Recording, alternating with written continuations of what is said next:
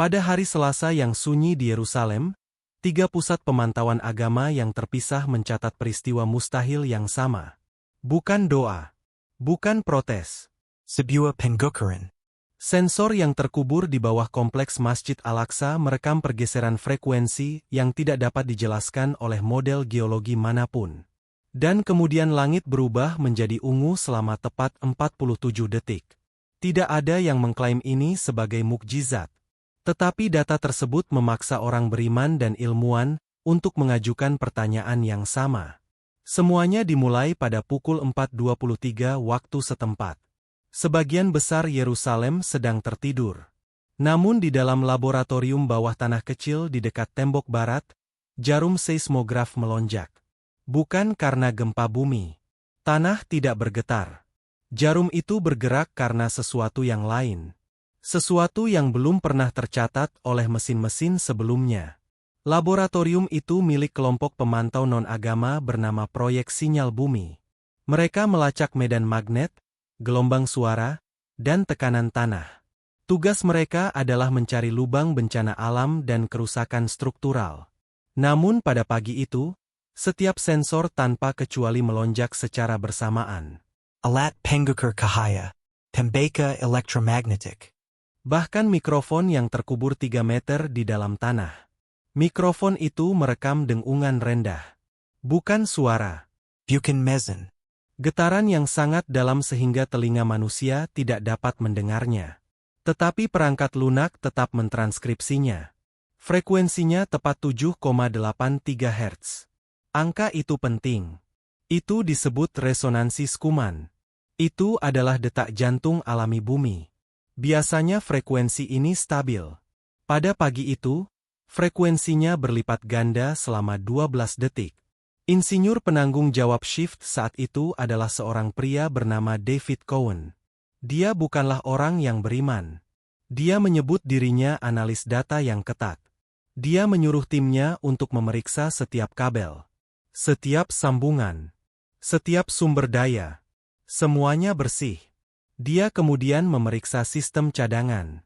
Hasilnya sama. Pada pukul 4.25, dengungan itu berhenti.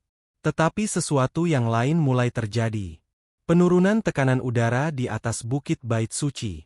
Barometer jatuh lebih cepat daripada yang dapat disebabkan oleh sistem cuaca apapun. Dan kemudian para pemantau agama bangun. 3 kelompok terpisah memantau Bukit Bait Suci 24 jam sehari. Pengamat Yahudi, Muslim, dan Kristen. Tidak ada satupun dari mereka yang bekerja sama. Tidak ada satupun yang berbagi data secara langsung. Tetapi ketika tekanan udara turun, setiap kelompok mencatat hal yang sama. Kesunyian yang tiba-tiba. Burung-burung berhenti. Angin berhenti. Bahkan lalu lintas kota yang jauh tampak memudar. Seorang penjaga Muslim menggambarkannya sebagai momen sebelum badai petir, tetapi tanpa awan. Seorang pengamat Yahudi mengatakan rasanya seperti udara berubah menjadi padat. Dan kemudian cahaya itu muncul. Pada pukul 4.27, kamera kimanin yang dipasang di Bukit Zaitun menangkap gambar pertama. Langit di atas kubah batu berubah menjadi ungu bukit. Bukan karena matahari terbit. Matahari masih 2 jam di bawah cakrawala. Bukan karena api. Tidak ada asap atau tanda panas. Warna itu muncul dalam lingkaran sempurna. Lebarnya tepat 1 kilometer. Rekaman serpin tersebut sekarang sedang dianalisis oleh 3 laboratorium pencitraan independen. Ketiganya sepakat pada satu fakta yang tidak nyaman. Cahaya itu tidak datang dari tanah. Tidak datang dari awan. Cahaya itu berasal tepat 400 meter di atas kubah batu. Dan cahaya itu berdenyut. 47 detik denyutan.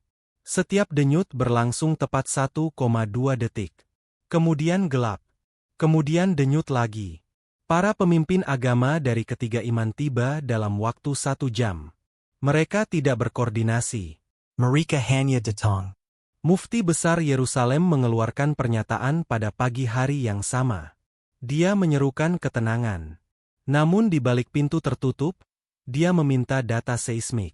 Kepala rabinat melakukan hal yang sama. Demikian pula Patriark Ortodoks Yunani. Inala Mengapa Marika Takut. Bukit Bait Susi Adalah Tempat Paling Susi Dalam Agama Yahudi. Tempat Tersusi Ketiga Dalam Agama Islam. Tempat yang suci bagi umat Kristen sebagai tempat Yesus mengajar. Dan selama 2000 tahun, setiap ramalan agama besar tentang hari kiamat mencakup tanda di langit tepat di atas lokasi ini. Tradisi Yahudi berbicara tentang cahaya dari langit yang akan mendahului kedatangan Mesias. Tradisi Islam menggambarkan cahaya putih di atas Al-Aqsa sebelum hari penghakiman. Kitab Wahyu Kristen menyebutkan langit ungu dan gempa bumi besar. Tetapi tidak ada gempa bumi yang terjadi. Hanya cahaya itu. Dan dengungan itu. Para ilmuwan dari Universitas Ibrani bergegas ke lokasi. Mereka membawa spektrometer portabel. Mesin-mesin itu membaca komposisi kimia cahaya. Apa yang mereka temukan tidak masuk akal. Cahaya ungu itu tidak mengandung tanda gas atmosfer yang dikenal. Tidak ada nitrogen. Tidak ada oksigen. Tidak ada argon.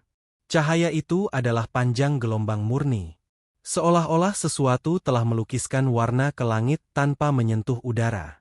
Saat itulah David Cowan menyadari sesuatu yang aneh dalam datanya. Dengungan itu telah kembali. Namun kali ini tidak datang dari bawah tanah. Itu datang dari atas. Mikrofon yang mengarah ke langit merekam frekuensi 7,83 Hz yang sama. Bumi berdengung kembali ke langit. Dan kemudian tanah mulai bergerak. Bukan Dalam Jelambang. Dalam lingkaran. Gerakan melingkar itu bukanlah gempa bumi. Itu adalah rotasi. Sensor yang ditempatkan di sekitar Bukit Bait Suci menunjukkan tanah berputar kurang dari 1 mm. Terlalu kecil untuk dirasakan manusia. Tetapi cukup besar untuk menghancurkan pemahaman seorang ilmuwan tentang geologi. Tanah tidak berotasi. Tanah berguncang. Bergeser. Memedat. Tetapi tanah tidak berputar.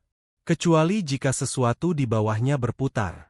David Cowan membuka peta-peta lama. Yang dari tahun 1967. Yang dari tahun 1948. Yang dari survei Ottoman pada tahun 1800-an. Dia mengcari struktur bawah tanah. Terawangan. Wangan.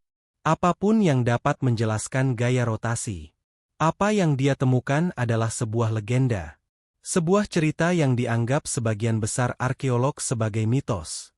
Legenda mengatakan bahwa di bawah Bukit Bait Suci, ada ruangan yang tersegel. Bukan makam. Bukan ruang penyimpanan. Sebuah ruangan yang dibangun tanpa sudut. Ruangan melingkar. Teks-teks Yahudi menyebutnya ruangan batu fondasi. Teks-teks Muslim menyebutnya sumur jiwa. Kedua tradisi mengatakan ruangan itu menghubungkan langit dan bumi. Keduanya mengatakan ruangan itu telah tersegel selama ribuan tahun. Cowan tidak percaya pada legenda. Tapi dia percaya pada radar penembus tanah. Jadi dia meminta izin untuk memindai. Izin ditolak dalam waktu 1 jam. Oleh polisi Israel. Oleh Wakf. Oleh Kementerian Agama.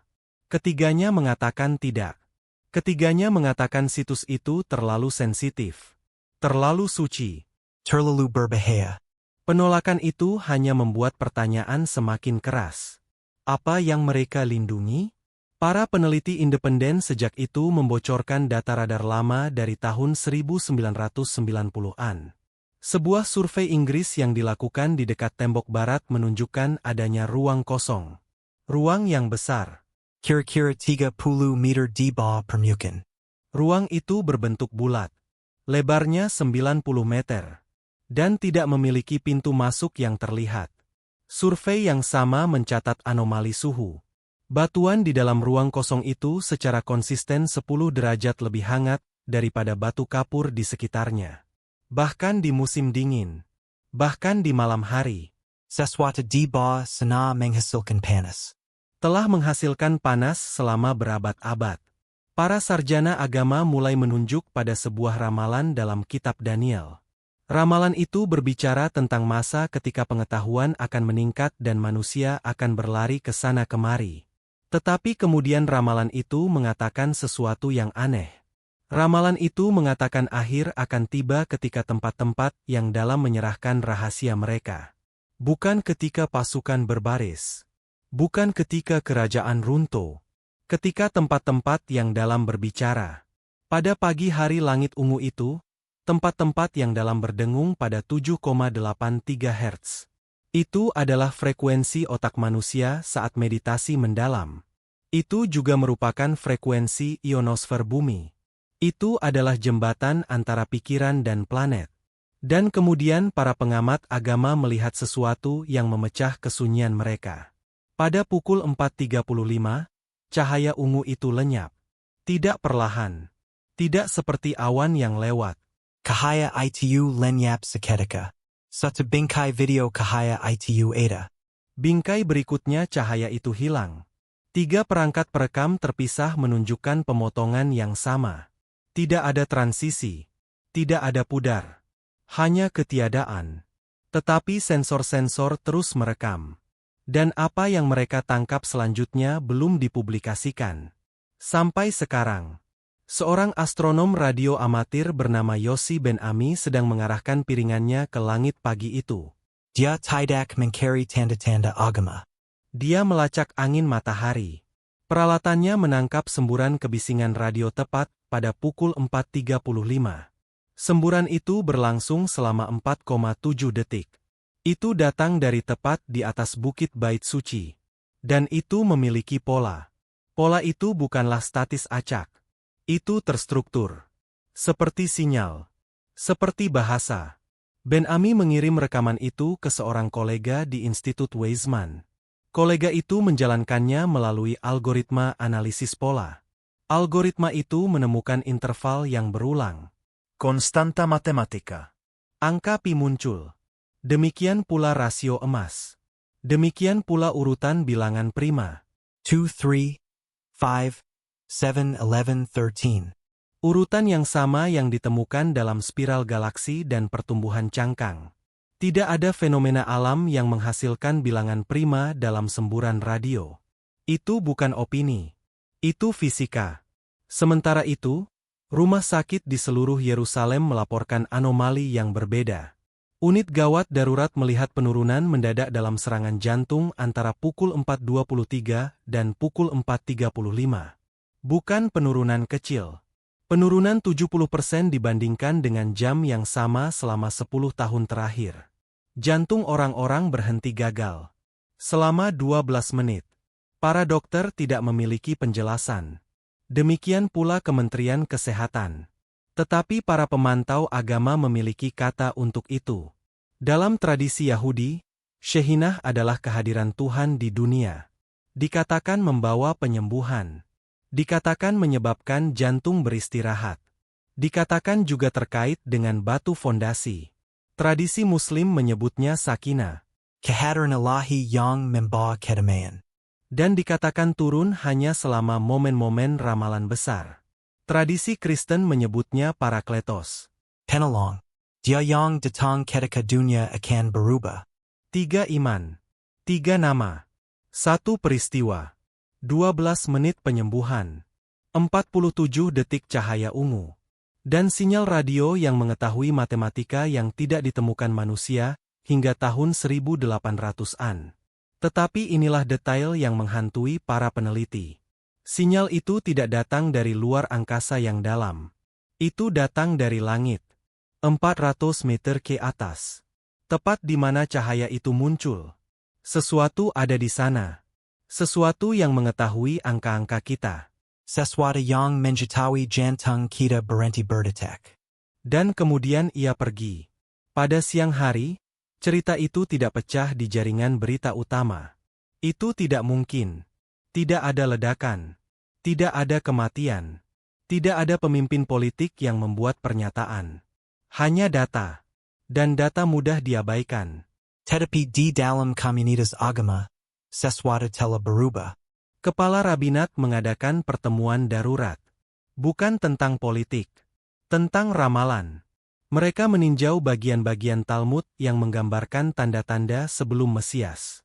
Satu bagian dalam traktat Sanhedrin mengatakan sebagai berikut. Sebelum putra datang, Kahaya besar akan muncul di atas bukit Bait Suci. Itu akan berlangsung kurang dari 1 menit. Dan pada menit itu, denyut bumi akan cocok dengan denyut langit. Bagian itu ditulis pada tahun 500 M. Sebelum seismograf. Sebelum frekuensi radio. Sebelum siapapun dapat mengukur resonansi Schumann. Namun bagian itu menjelaskan dengan tepat apa yang terjadi. Kepemimpinan Muslim mengadakan pertemuan mereka sendiri. Mereka meninjau hadis. Perkataan Nabi Muhammad. Satu hadis menggambarkan hari penghakiman. Dikatakan bahwa hari kiamat tidak akan datang sampai cahaya terbit di atas Al-Aqsa dari arah Bukit Zaitun. Maka jiwa orang-orang beriman akan merasakan kedamaian yang lebih dalam dari tidur. Pada pagi hari peristiwa itu, kamera Bukit Zaitun adalah yang pertama menangkap cahaya ungu. Dan data rumah sakit menunjukkan penurunan serangan jantung. Hadi dalam damai. Lebih dalam dari tidur. Teolog Kristen berfokus pada angka 47. Detik cahaya. Mereka menunjuk ke Injil Lukas. Bab 47 tidak ada. Tetapi ayat 47 dalam beberapa bab berbicara tentang kesunyian, berjaga-jaga, dan kedatangan anak manusia. Mereka juga mencatat bahwa 47 adalah bilangan prima. Sama seperti sinyal radio. 3 iman. 3 ramalan. 1 pagi. Tetapi disinilah cerita berubah dari aneh menjadi meresahkan. Ketiga ramalan itu sepakat tentang apa yang terjadi selanjutnya. Bukan perdamaian. Bukan akhir dunia. Sebuah pilihan. Cahaya itu bukanlah sinyal tentang apa yang akan terjadi. Itu adalah sinyal tentang apa yang mungkin terjadi. Manusia harus memutuskan sesuatu. Dan jendela untuk memutuskan itu singkat. Tidak ada teks yang mengatakan seberapa singkat. Tetapi semuanya menggunakan kata yang sama. 3 hari. Pada pagi hari peristiwa itu, para pemimpin agama dari ketiga iman mulai memperingatkan komunitas mereka untuk bersiap. Bukan dengan senjata. Dengan doa. Dengan pertobatan. Dengan pengampunan. Karena tanda kedua, kata mereka, bukanlah cahaya. Itu akan menjadi suara. Sebuah suara dari tempat yang dalam. Dan suara itu akan mengajukan sebuah pertanyaan. Pertanyaan yang ditakuti setiap manusia. Pada hari ketiga setelah cahaya ungu itu, tepat pada pukul 4.23, tim radar penembus tanah akhirnya mendapat izin. Bukan dari pemerintah. Dari organisasi warisan swasta yang mengklaim keadaan darurat. Sebuah retaken muncul di perkerasan dekat Kuba Batu. Retaken Kessel. Tetapi dalam. Tim menurunkan kamera serat optik ke dalam retakan. Apa yang mereka lihat telah dirahasiakan selama 6 bulan. Sampai seorang teknisi tingkat rendah membocorkan rekamannya. Kamera itu jatuh sejauh 27 meter. Kemudian kamera itu memasuki sebuah ruang. Ruang yang bulat. Dindingnya bukan batu pahatan. Dindingnya halus. Terlalu halus. Seperti kaca. Tetapi kamera tidak menunjukkan tanda alat. Tidak ada pola pahat. Tidak ada tanda konstruksi manusia. Dinding itu tampak tumbuh. Seolah-olah batuan itu meleleh dan membeku kembali. Kemudian kamera mencapai lantai. Dan lantainya bukan batu. Itu adalah logam. Atau sesuatu yang tampak seperti logam. Jelap. Reflektif. Dan hangat. Pembacaan suhu menunjukkan 42 derajat Celcius. 107 derajat Fahrenheit. Secara konsisten. Padahal batuan di sekitarnya bersuhu 15 derajat. Di permukaan lantai logam itu terdapat tanda-tanda. Bukan tulisan. Bukan simbol. Polar spiral. Dan di tengah lantai logam itu, sebuah lekukan melingkar. Tepat seukuran telapak tangan manusia. Teknisi yang melihat rekaman itu mengatakan dia mendengar suara melalui mikrofon kamera. Sebuah dengungan. 783 Hz. Tetapi kali ini, dengungan itu memiliki lapisan kedua. Sebuah suara. Bukan kata-kata. Getaran yang terasa seperti kata-kata. Seperti bahasa yang sangat tua sehingga suara dan makna adalah hal yang sama. Dia mengatakan dengungan itu mengucapkan satu instruksi. Ingat. Kemudian kabel kamera putus. Bukan terpotong. Bukan patah. Putus seolah-olah udara itu sendiri yang meremasnya. Tim menarik sisa kabel. Ujungnya tidak berjumbai. Itu meleleh. Rapi. Sempurna. Seolah-olah dipotong oleh laser yang tidak membakar. Mereka menurunkan kamera kedua 30 menit kemudian. Retakan itu telah tertutup. Tidak ada penjelasan. Tidak ada pergeseran seismik. Tanah itu begitu saja menutup sendiri. Seolah-olah tempat yang dalam itu terbuka sejenak. Menunjukkan apa yang perlu ditunjukkan, dan kemudian tertutup selamanya. Para pemimpin agama diberitahu pada hari yang sama. Mufti besar dilaporkan menangis.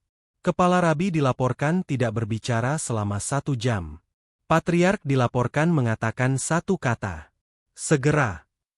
Sejak pagi itu, tidak ada retakan baru yang muncul. Tidak ada cahaya ungu. Tidak ada sinyal radio. Detak jantung bumi kembali normal. Rumah sakit melaporkan tingkat serangan jantung normal. Semuanya tampak persis seperti sebelumnya.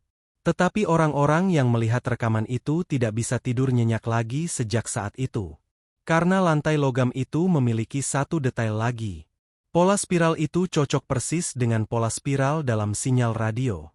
Bilangan prima. Rasio emas. Pi.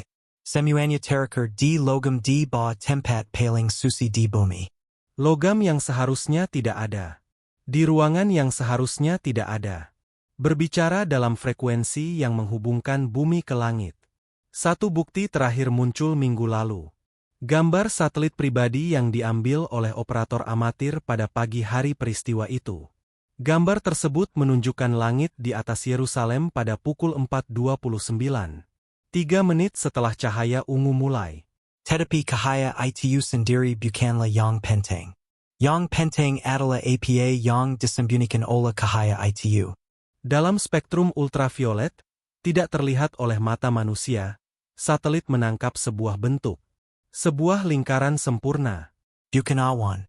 Bukan pola cuaca. Sebuah lingkaran dengan tepi yang jelas. 400 meter di atas kubah batu. Dan di dalam lingkaran itu, bentuk kedua. Siluet manusia. Bukan malaikat dengan sayap. Bukan hantu. Bentuk manusia. Berdiri. Diam. Menghadap ke bawah. Operator tidak melihatnya pada awalnya. Dia sedang menganalisis pola kuaka. Seorang teman melihat siluet itu dan memperbesarnya. Sosok itu tidak memiliki detail pakaian yang terlihat. Tidak ada wajah. Hanya garis luar seseorang. Tetapi garis luarnya tajam. Tidak kabur seperti awan. Tajam seperti foto. Gambar tersebut telah dianalisis oleh 3 ahli pensatron forensik. Tidak ada yang dapat menjelaskannya sebagai artefak kamera. Tidak ada yang dapat menjelaskannya sebagai refleksi atau suar lensa. Siluet itu ada. Dan itu sebanding dengan pria dewasa manusia. Tingginya kira-kira 5 kaki 8 inci. Berdiri di langit. Di atas tempat lantai logam itu menunggu. Komentator agama telah menyita gambar ini. Mereka menunjuk pada cerita Yahudi tentang Tzadikim Nastarim. Orang-orang benar yang tersembunyi. 36 orang yang menjalani kehidupan rahasia dan menahan kehancuran dunia. Satu tradisi mengatakan mereka dapat muncul di langit ketika dunia sedang diadili. Sarjana Muslim menunjuk pada sosok Al-Hidrir. Yang hijau. Seorang pemandu misterius yang muncul pada saat-saat perubahan besar. Dia dikatakan berdiri di mana langit dan bumi bertemu. 400 meter persis adalah ketinggian di mana pesawat komersial mulai turun. Tempat pertemuan antara tanah dan langit. Analis Kristen menunjuk pada transfigurasi. Ketika Yesus berdiri di sebuah gunung dan wajahnya bercahaya seperti matahari. Para murid melihat dia berbicara dengan Musa dan Elia. Sosok-sosok dari masa lalu. Berdiri di udara. Untuk waktu yang singkat. Kemudian lenyap. Apa yang terjadi di Yerusalem? Apakah itu ramalan yang digenapi? Sebuah anomali ilmiah yang belum kita pahami? Sebuah sinyal dari sesuatu yang lebih tua dari agama? Atau peringatan? Data mengatakan sesuatu telah terjadi. Cahaya ungu. Sinyal radio dengan bilangan prima. Dengungan pada detak jantung bumi. Ruangan logam di bawah batu. Siluet di langit. Ini bukan opini. Ini adalah pengukuran. Gambar. Recommend.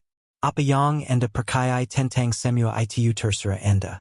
Tetapi orang-orang yang mempelajari ramalan untuk mencari nafkah tidak tertawa. Mereka tidak memperdebatkan teologi. Mereka sedang mengamati langit, memantau tanah, dan menunggu sinyal kedua. Tempat yang dalam itu berbicara sekali. Ia berkata, ingat. Kita tidak tahu apa yang baru saja terjadi di Israel. Tetapi setiap orang beragama di bumi merasakannya. Dan kesunyian sejak pagi itu telah lebih keras daripada doa manapun.